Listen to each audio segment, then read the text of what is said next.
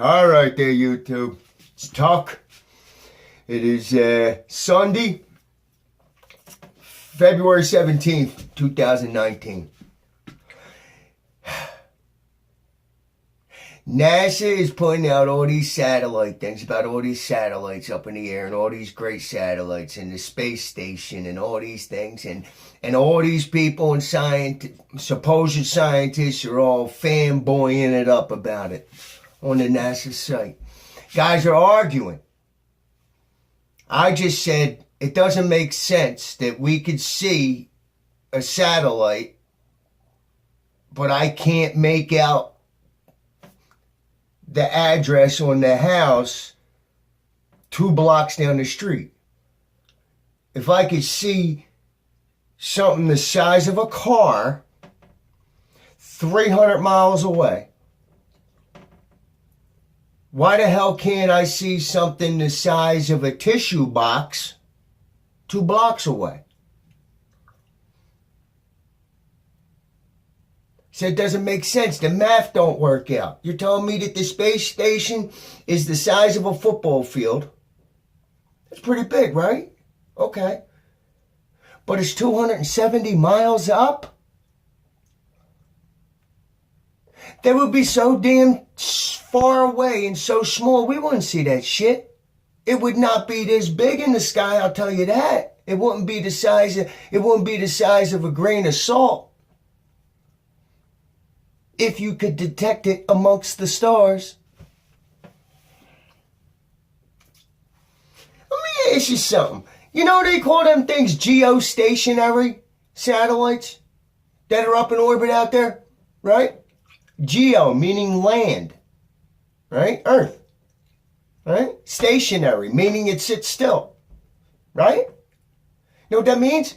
That means that those satellites, right?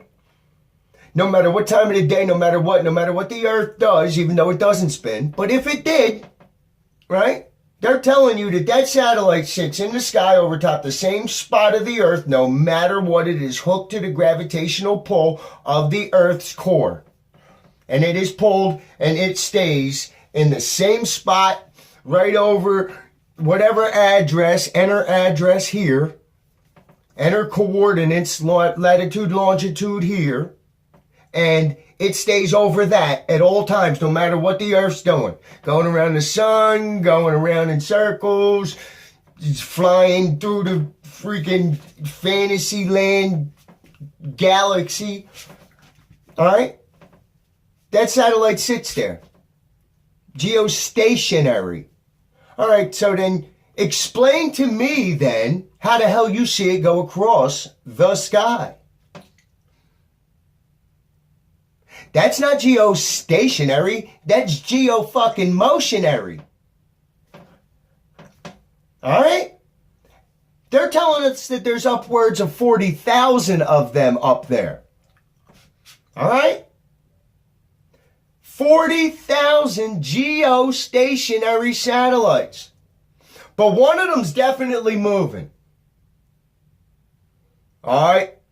So when do you think that one's going to run into one of the other 39,999?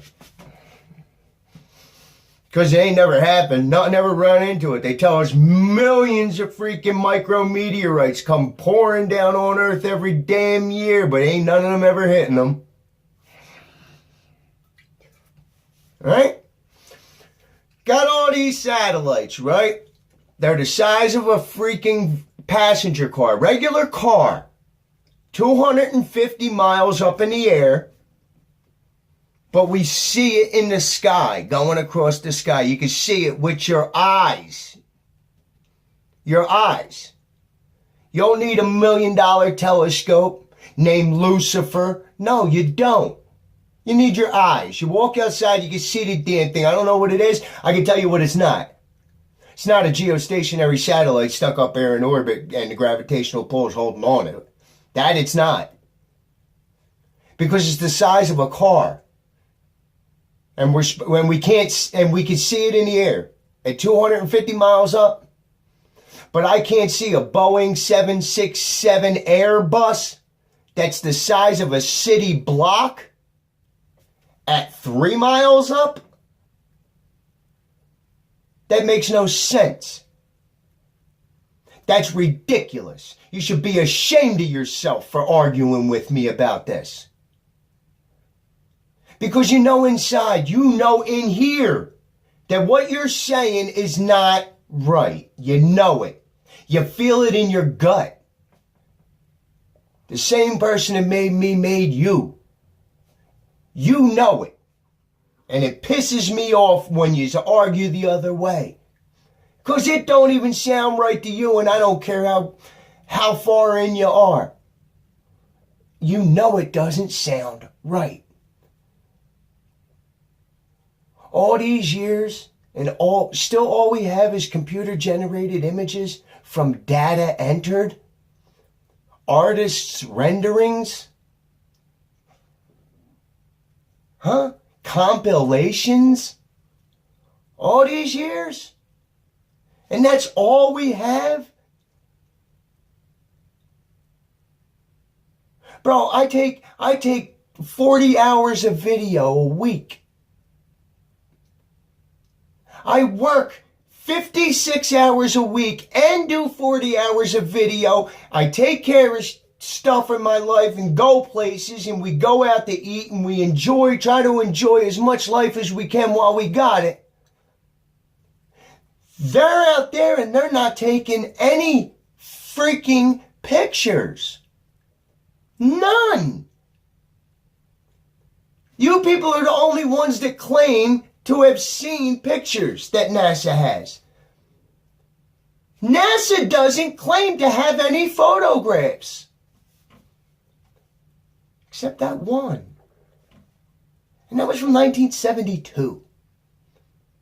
If we had all these satellites, listen, for real, you can go and research this. Anybody who's been in the military,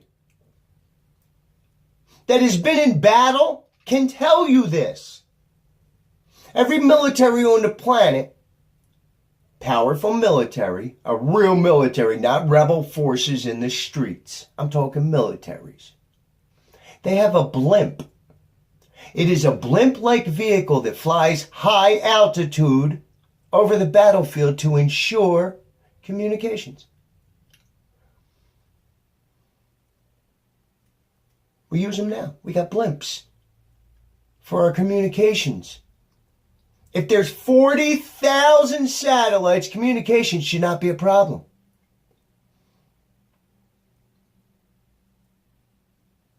40,000 going around the earth. We need a friggin' blimp? Right? We need 1880s technology now?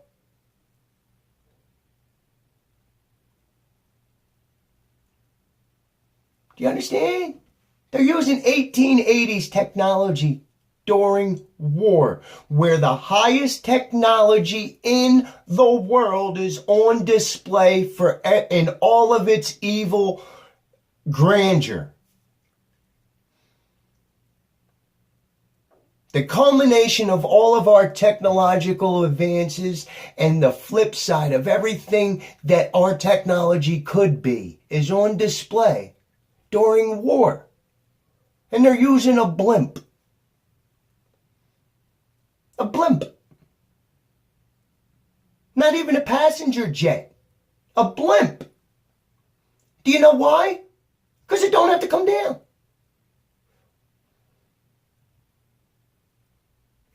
We got all these geostationary satellites. They don't come down. Over the battlefield, if there's 40,000 of them within 300 miles of the earth, there should be about 70 or 80 over the battle area. Do you understand that? There should be about 70 or 80 satellites directly above wherever the hell they're at.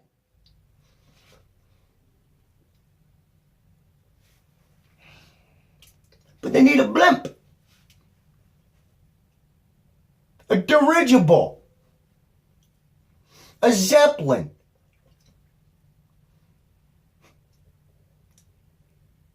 You understand? That don't make that sounds right to you? Right? It's not a conspiracy theory. I know people that were in the military. Most of my family was. You know? They're real people. They know that blimp exists.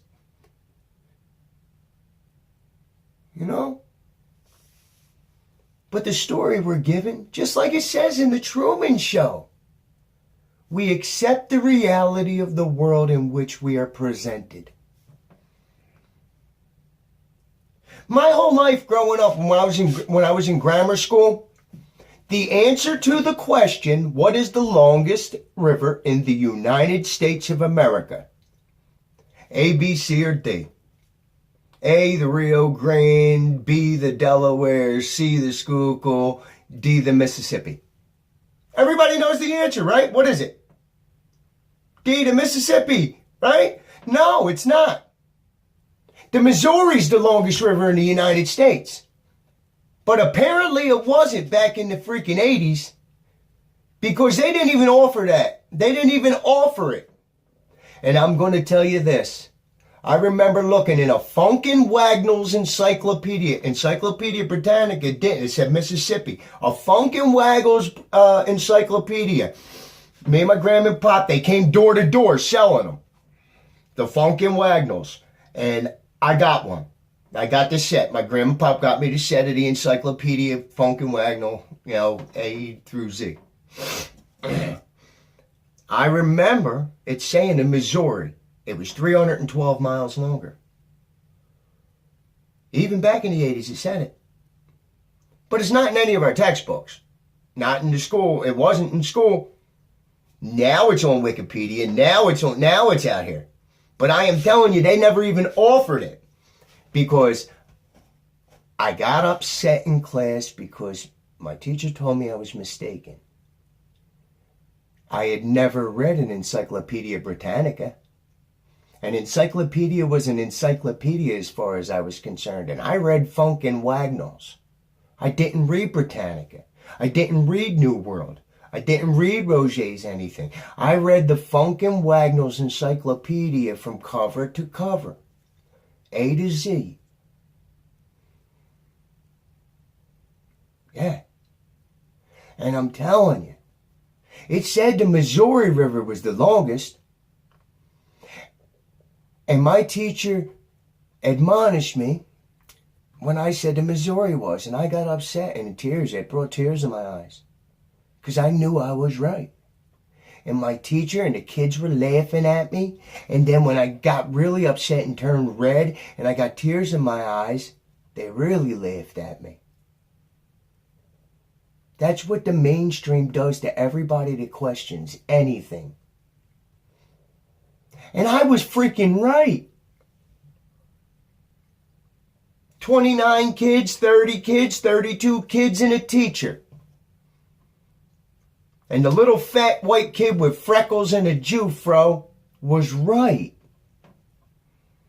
And he was crying in the middle of class to get his point out. And it was made fun of and ridiculed and mocked.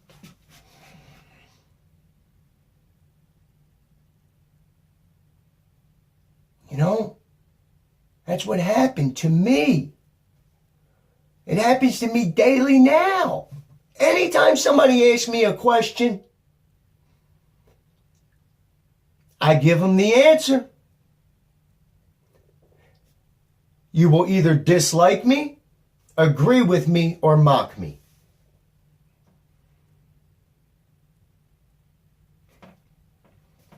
That's fine. I know the truth. I know the way, the truth, and the light. I'm getting to know. I know if we had all these geostationary satellites out there, we wouldn't need a freaking blimp during war. I know if something was the size of a football field or the size of a Toyota, or the size of 4 city blocks, 5 city blocks, 7 city, 10 city blocks. If it was 10 city blocks and 300 miles away, guess what? You ain't seeing it. Your eyes won't see it without optics.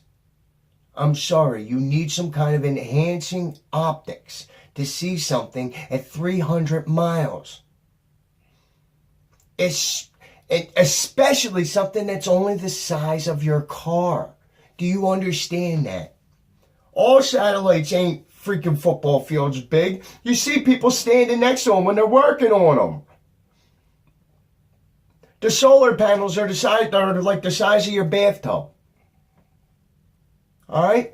You're telling me you're going to see 2 bathtubs sitting next to each other at 300 miles? At 100 miles? At 10 miles? 10. All right?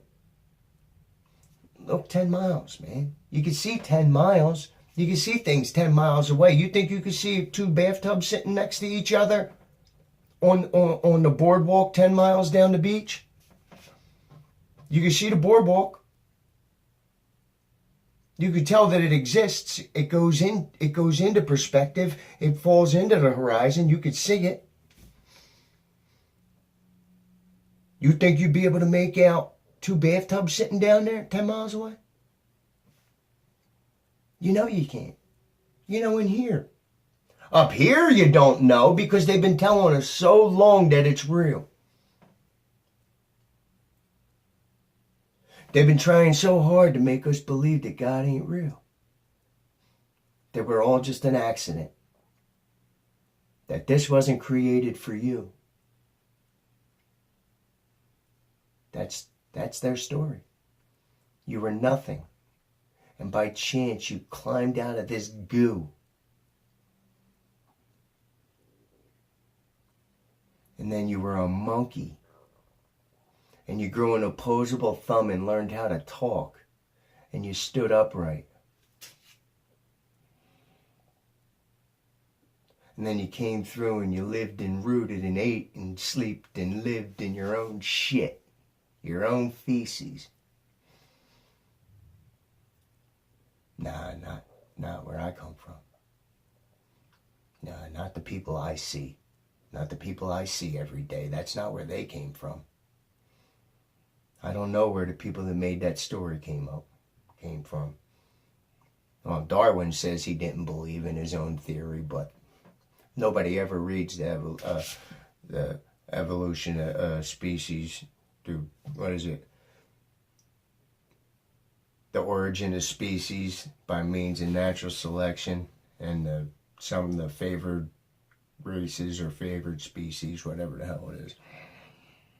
Well, I read it. Who cares about the title? But I know the second half of that book is all Darwin talking about how he doesn't believe that this could be true. His whole mood changes in the second half of that book, and he starts doubting himself. And by the end, he has absolutely debunked himself. Absolutely. Microevolution, parts change. We get longer fingernails, we get thicker hair, we get bigger nostrils. All right? That happens. It does. But I'm not going to go down on all fours, grow a long tail, canids, my face is going to come out, I'm going to get a crazy looking maxilla. That's not going to happen. All right? We're not getting prognathous mouse. It's just not happening. That's a monkey thing. All right? We're not going to extend. We're not going canid. It's just not going to happen.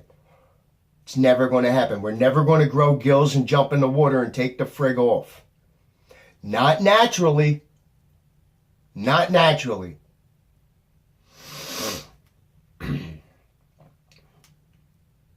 No. Get that? They want you to believe that you're the lowest thing out there. And then they want you to think that the world around you is just one of many millions and countless and infinite amount of worlds that eventually we're going to go and visit, and maybe in your lifetime. So who cares about the world around you right now? Because the select few, the ones who know the truth, are going to go, and we're going to be able to terraform this other planet, and we're all going to go there. And nobody realizes that it takes millions. It would take millions of years by their story to terraform a planet. So in the meantime, we just fuck up where we live? That makes sense to you? We treat everybody around us like they don't matter, like they're all pieces of trash stuck to the bottom of your shoe. When I was a kid, we used to knock on people's doors and say, hey, can Billy come out and play? No, now parents got to call each other and make a play date. You don't see nothing wrong with this? You don't see how they totally annihilated community? You don't see how they took away complete family values? Don't you see that? When I was a kid, my family was so together. And then I had to move up. I had to move away. We moved away, and I went up, and I was separated from everybody, and it damn near killed me.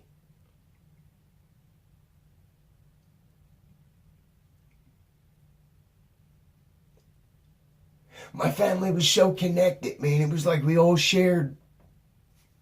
And when I was a little kid, man, it was magical. And everybody's family was like that. Not just mine. 2nd Street was, man, it was like Mardi Gras all year round, man. It was love all year round. It was Valentine's Day all year round. It was freaking, there was a lot of insanity going on, man. It was a city. There was nut stuff going on. But at the end of the day, everybody on that street, no matter what you said about each other in the morning, at the end of the day, everybody stood back to back and damn the world around you if you think you're coming in. Now they don't even know each other.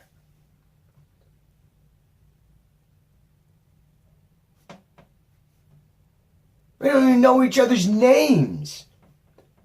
We say, hey, yo, what's up, buddy? Hey, pal.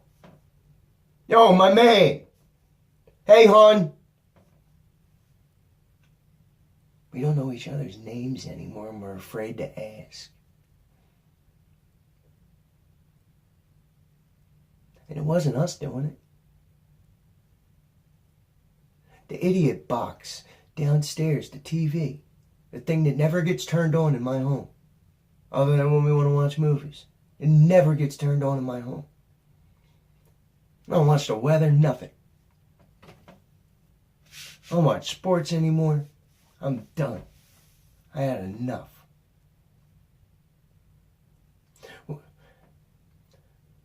I don't know. When I was a kid, there was the Muppets used to be on all the time, right?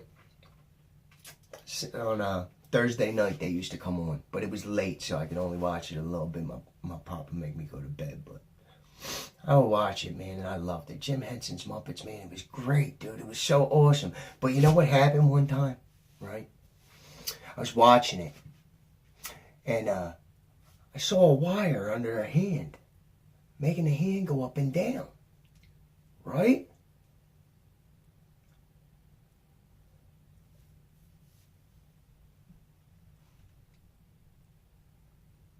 Pop, there's a wire. Yeah, they're puppets. There's a guy down there behind there. Where? There's what? A guy?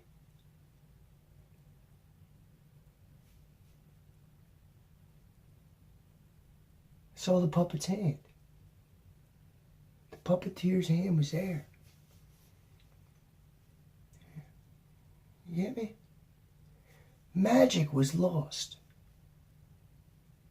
When I saw the guy pulling the strings back then, I lost magic. because I still lived in this narrative. When I finally looked at this flat earth thing, instead of ridiculing it like you do to me, know what I realized? The magic wasn't lost. Not at all. The magic began. You see, that young kid who was finding all that beauty and all that amazing shit with those puppets, right? That kid was believing a fantasy, a lie. The big lie. And I bought into it. And when I saw those puppet wires, and I saw that puppet string, I thought the magic was over. But now I come to the realization that the magic only just begun. Because if all of those things aren't true, and the puppet master has been revealed, you know what you got left? The truth. The truth. And the truth is, we were created. We were set aside from everything else. We hold dominion over everything down here. This is all ours. Every last bit of it belongs to you. Every last bit of it belongs to me. Every last bit of it belongs to Dave down the street. You are created. You are part divine. And there is a firmament above our heads. Our world is fixed and immovable. And it's the only one we got. And there are waters above and there are waters below. And we have two great lights in the sky, one to rule the day and the lesser to rule the night, and the stars are placed in the firmament too. And you are the most amazing creation he ever made.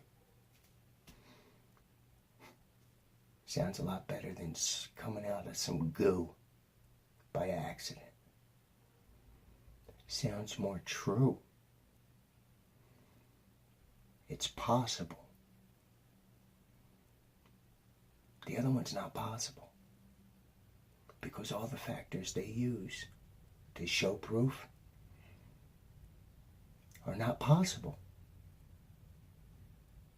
And they have confounded the languages. They have confused you. God knows it. He knows the deception. Spoke about it.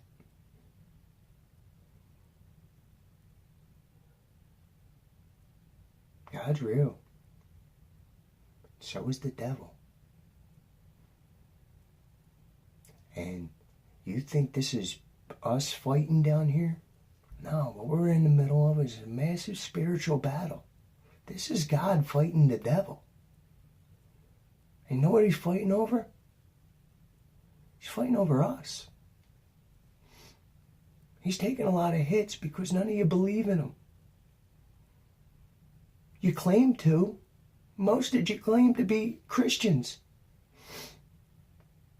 And you have a cross. You're worshiping the thing they killed on them. They killed him on. Did you understand they hijacked everything written? Everything that was written on paper they took. They wrote. They rewrote, edited, insert, extracted, whatever they wanted.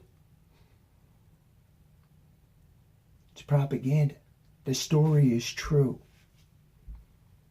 The timing is wrong. The powers and the abilities and the things coming are true.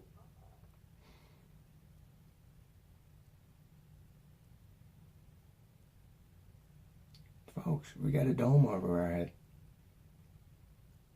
Science knows it. Werner von Braun knew it. But if you were getting $56 million a day to keep telling that story, would you change it? They said, well, they've known it for 500 years. There wasn't no printed books until the late 1800s. In this country was founded basically in the 1800s. Everybody that came over here was an immigrant from somewhere else. When they got here, they had to go fight in a war, so the adult males died. The women stayed home with the children. The children were the only males left in this country. And the indoctrination camps started up. You understand? They wipe out the mass amount of males in war. The young males, the males that are going to go have babies, they just wipe them out. So you got very old people and you got very young people and nothing in between. When the old people die off, the young people are too young and too rambunctious to listen to the old people. The old people know the truth and they're trying to tell, but the kids are being kids. And all the bridges in the middle. The middle-aged people, the bridge, are all wiped out in war and disease. So you got old people and you got young people. That's how they did it. That's how they keep resetting our future, our past, our history, our present. Why are there so many calendars with so many dates? Do you know what today's date is? I don't. I have no idea what the date is. Our date was reset as late as the early 1800s, according to our timeline. We have no idea because everything prior to that has been a rewrite. We have no books from prior to that out here. In the Vatican, they have them going back to the mid-1500s. All right? That's it. Nothing from before that. Stone carvings, but you can't date stone. We don't know how old they are. We don't know when they came from. They could have been yesterday. They could have been, all they can do is check the patina on the rock and see if there's been weathering. But that don't mean nothing, you know? We don't know. It's not a true story. It's a false narrative. And it makes you feel less than you are. Listen, if I have a choice, if neither one of them are true, right? I'm just speaking off the cuff. If neither one of them were true, even though I know one of them is, if neither one were true, I would still choose God did it. I don't want to think that I'm not worth anything, that I'm an accident. Are you pooping? I don't want to think that. That's not the way to do it.